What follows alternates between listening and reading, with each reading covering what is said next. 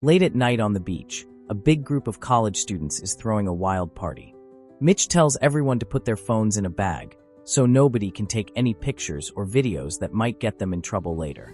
Suddenly, Vance and Gilbert show up with a strange ball made of goo that they found in the ocean.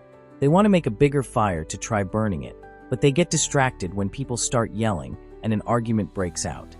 The goo ball is forgotten, and the crowd keeps partying through the night. The next morning, Kaylee wakes up next to Mitch near the lifeguard stand. Things feel awkward between them as they remember what happened the night before. Meanwhile, four other friends wake up inside a car, and Marcia wakes up on top of a table and immediately throws up. Kaylee looks around and notices a lot of stuff left on the sand, but no people anywhere. That feels weird. She also sees a bird stuck in the sand, and she's shocked when it sinks into it. When Marcia starts to move, Kaylee tells her not to, but it's too late. Marcia's feet get stuck, and no matter how hard she tries, she can't pull them out. Then her hands touch the sand, and they get stuck too. At first, the group in the car thinks Marcia is just messing around. But when she starts screaming and crying, they realize she's really scared. Vance wants to help and doesn't listen when the others try to stop him. He jumps out of the car, takes a few steps, and gets stuck as well. When Vance starts yelling in pain, Mitch and Jonah want to go help him, but the girls stop them. Vance starts sinking into the sand. Jonah tries to start the car, but it won't start. Mitch throws out a buoy with a rope, but it lands too far away. Now Vance has already lost half his face. When he tries to lift his head, thin strands grab him and pull him down. Within minutes, both he and Marcia are completely gone, swallowed by the sand. The group starts talking about what to do. They can't call 911 because their phones are locked in the trunk, and the car battery is dead, so Jonah still can't start it. Kaylee slowly puts her hand near the sand without touching it, and everyone is shocked when strange thin strands come out toward her hand. At that moment, Gilbert wakes up. He's been stuffed inside a trash can as a party prank, with a rude drawing on his face. He starts yelling at his friends for leaving him there, and he tries to climb out. They shout at him to stop, warning him about what's happening. He doesn't stop until they tell him 2 people are dead. Then he freezes. Gilbert says his body hurts from being stuck in the can, so Mitch reminds him that in a few hours, the tide will move the trash can closer to them. Kaylee pulls Mitch into the lifeguard stand. Jonah watches with jealousy, and Shanda tells him he has to let it go. While those strange strands start reaching for the car's tires, Kaylee and Mitch find some alcohol in a cooler and start drinking. Hours pass, and no one else shows up. The sun gets hotter, and the people in the car try to block it with a towel. Kaylee finally gets the courage to ask Mitch what happened between them last night. Mitch says they just talked. Then Mitch finds some sunscreen, and Kaylee throws it to her friends in the car to help them deal with the heat. While they talk about last night, they realize the rest of the partygoers didn't just leave, they were eaten by the sand. Everyone starts crying, except Gilbert, who begins freaking out because the sun is burning his skin. Jonah throws him the sunscreen, which calms him down a little. Then Kaylee notices the goo ball. It's dried out and split in 2. Ronnie realizes it didn't just break, it hatched.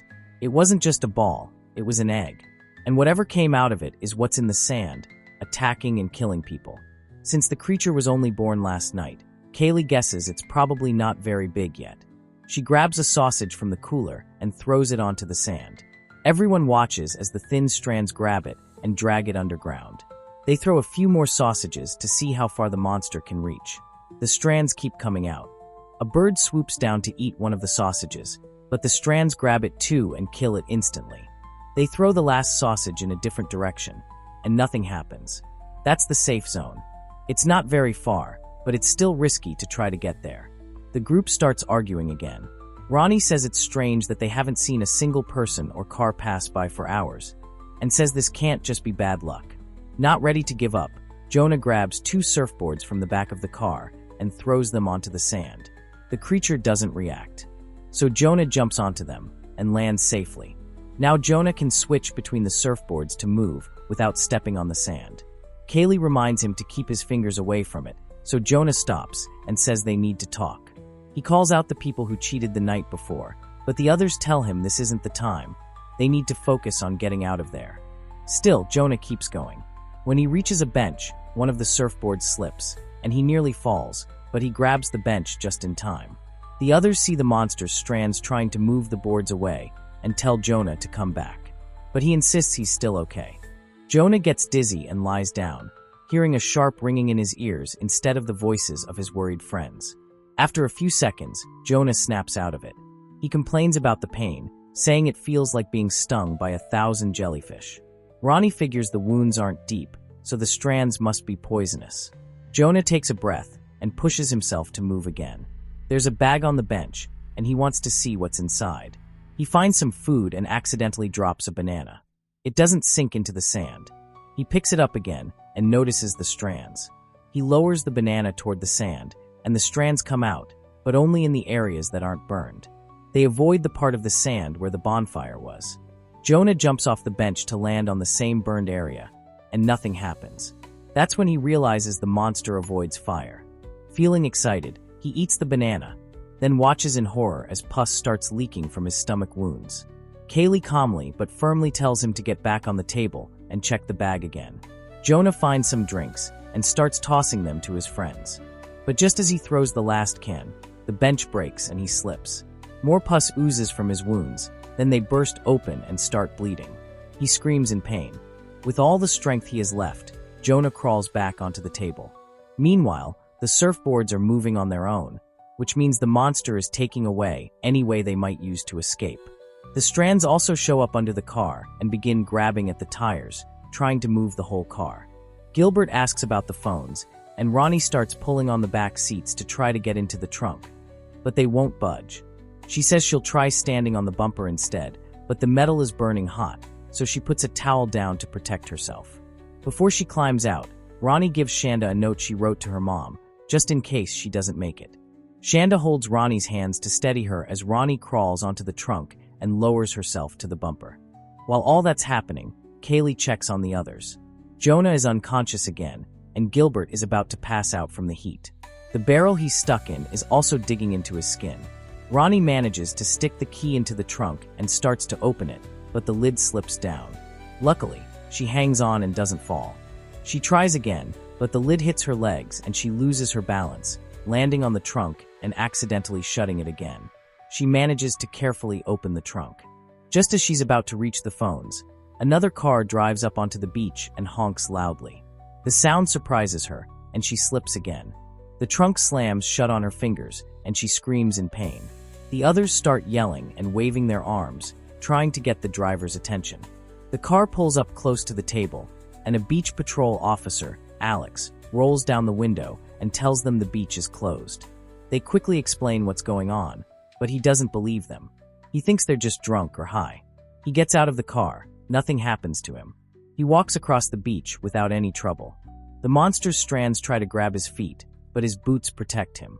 He walks over to Gilbert and makes fun of him, including the drawing on his face, but can't pull him out. Then he checks on Ronnie, but her fingers are still stuck, and he can't help there either. Alex keeps insulting them, saying they probably took something illegal. Kaylee finally snaps and yells at him for being useless. He heads to the lifeguard stand and starts arguing with Kaylee and Mitch, still convinced they're just causing trouble. When they refuse to come down, he reaches for his pepper spray, but drops his car keys. As he bends down to pick them up, his hand touches the sand and gets stuck. Kaylee tells him to use the pepper spray. He sprays the strands, and they vanish, letting go of his hand. But Alex screams in pain. His arm has already been partly eaten. Then he falls to the ground as the monster begins pulling him down. After seeing that Alex's boots helped him walk safely, Mitch puts on his flip-flops and asks Shanda to throw him her towels so he can cover his feet. He catches the first towel just fine, but when he reaches for the second one, the railing breaks. Mitch falls straight onto the sand. The monster's strands come out instantly, wrapping around every part of Mitch's body. Everyone watches, helpless, as he starts bleeding and slowly sinks. The strands eat away at his shirt and even come out of his eyes and mouth. His whole body disappears under the sand, and the only thing left is a bloodstain marking where he died. Right after, Kaylee notices the monster is moving the broken railing. She tells Shanda to grab it. Kaylee then breaks off more of the railing and throws it down along with the towel. Then, taking a big risk, Kaylee jumps down from the lifeguard stand and lands safely on the car. Out of nowhere, Kaylee punches Shanda for messing around with her boyfriend. But then they both decide they're even. Jonah apologizes to Kaylee for what happened between them, and they tell each other, "I love you." Gilbert, weak from the heat and blood loss, turns inside the barrel so he can speak to his friends better. The strands are still reaching out for the drops of blood dripping from his skin. Kaylee and Shanda pull Ronnie's body until they get her hand unstuck from the trunk. Then they wrap her injured hand in a towel. They lay down the pieces of railing to make a bridge. Shanda walks across first, explaining she didn't actually do anything with Jonah the night before. She makes it to the table safely, and then Kaylee crosses too, reaching Jonah. Ronnie goes next, but she gets distracted when she sees the towel is soaked in blood. She loses her balance and falls. Kaylee starts spraying the pepper spray across the sand to buy time. At first it seems like Ronnie is okay. Kaylee grabs her arm, but the monster strands reach up and grab Ronnie's other arm. They pull her down into the sand, and she disappears while the others scream and cry. None of them notice that the strands are slowly creeping up the side of Gilbert's barrel. Shanda decides to try Mitch's trick. She wraps her feet in towels and runs as fast as she can toward Alex's car. She makes it to the top. Meanwhile, Gilbert suddenly feels the barrel start shaking. He panics, but it only lasts a few seconds. He lets out a breath and says it's over. He's pulled under almost instantly, leaving behind only a pool of blood. The monster starts shaking Alex's car next, and Shanda falls forward, hitting her head hard on the hood. She passes out. Hours go by. Night falls. Shanda finally wakes up. She finds a raft on top of the car and throws it down onto the sand to reach the table. Now she can help Kaylee carry Jonah back to the car.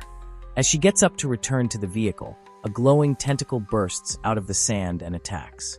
She dodges it just in time. Kaylee climbs on top of the car and grabs a gas can. But the tentacle reappears and knocks the can out of her hand. Gas spills all over the monster. As the tentacle attacks again, she lights the match and throws it. The whole tentacle goes up in flames. Shanda opens the car door so Kaylee can climb in. The monster tries to force the door open, but the girls push against it and hold it shut. Then the monster starts hitting the car with its bigger strands, but nothing works. Finally, it disappears. The girls sit in silence, breathing hard. Then they look at Jonah and realize he's gone. They break down crying. The next morning, a surfer spots the car and knocks on the window. The girls wake up. They step onto the sand, and nothing happens. The monster is gone. Kaylee and Shanda walk off the beach together, heading home. Far out in the water, the creature swims silently toward a new beach, searching for its next victims.